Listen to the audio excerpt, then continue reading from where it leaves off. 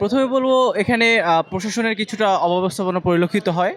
আ এই যে ফল লাভে ফল প্রদানে যে বিলম্বটা হচ্ছে আমরা মূলত সেই কাল বলতে পারেন ভোটের পর থেকেই আগামীকালকে ৪টার পর থেকে হচ্ছে আমরা ফলের জন্য অপেক্ষা করছিলাম। বলতে গেলে সারারাতই হচ্ছে অপেক্ষা করতে হয়েছে আমাদের। এছাড়াও হচ্ছে এখন পর্যন্ত আমাদের ফলের জন্য অপেক্ষা করতে হচ্ছে। যদিও তারা বলেছে এটা একটা টেকনিক্যাল প্রবলেম বা হচ্ছে একটা যান্ত্রিক ত্রুটি যেটাকে বলে আমরা। সো এই ক্ষেত্রে আমরাও যেহেতু আমরা যকসু পেয়েছি, এটা নিয়ে আমরা যথেষ্ট সন্তুষ্ট। এটা এই জন্য একদিক থেকে প্রশাসনকে ধন্যবাদ জানাই। কিন্তু এই যে ফল লাভে যে একটা বিলম্ব হচ্ছে, আমরা আশা করব যে এই যকসুতে হয়তো এটা হচ্ছে, এই অব্যবস্থাপনাটা এটা দেখা দিয়েছে।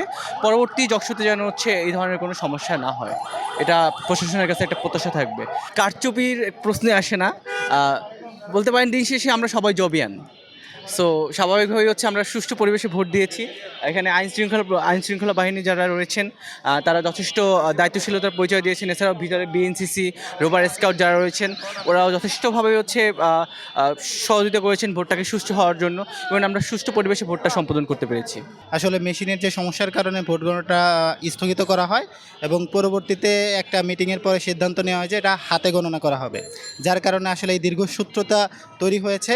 এবং আমরা যেটা দেখছি যে এখন পর্যন্ত মাত্র ৩৯টা কেন্দ্রের মধ্যে মাত্র ১৩টা কেন্দ্রের ভোট গণনা মানে ফলাফল প্রকাশ করা হয়েছে। এখন পর্যন্ত যে যতগুলো কেন্দ্র বাকি আছে আমরা দেখছি প্রায় আজকে সন্ধ্যা পর্যন্ত হয়ে যাবে। আমরা আশা করছি যে নির্বাচন যেমন সুষ্ঠু হয়েছে এবং ফলাফলটাও সুষ্ঠু হবে ইনশাআল্লাহ।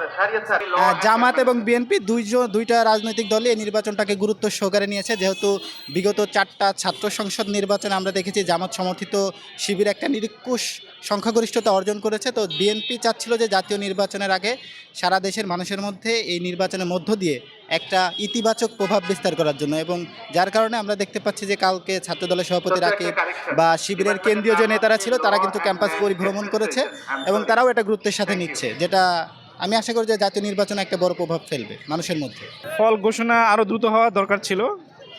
তো এটা বলবো যে বিশ্ববিদ্যালয়ের প্রশাসনের আসা একটা ব্যর্থতা আর কি, যে এতক্ষণ হয়ে গেছে, প্রায় গতকাল 3টার পরে নির্বাচন হওয়ার শেষে এখন পর্যন্ত মানে গণনা শেষ হয়নি।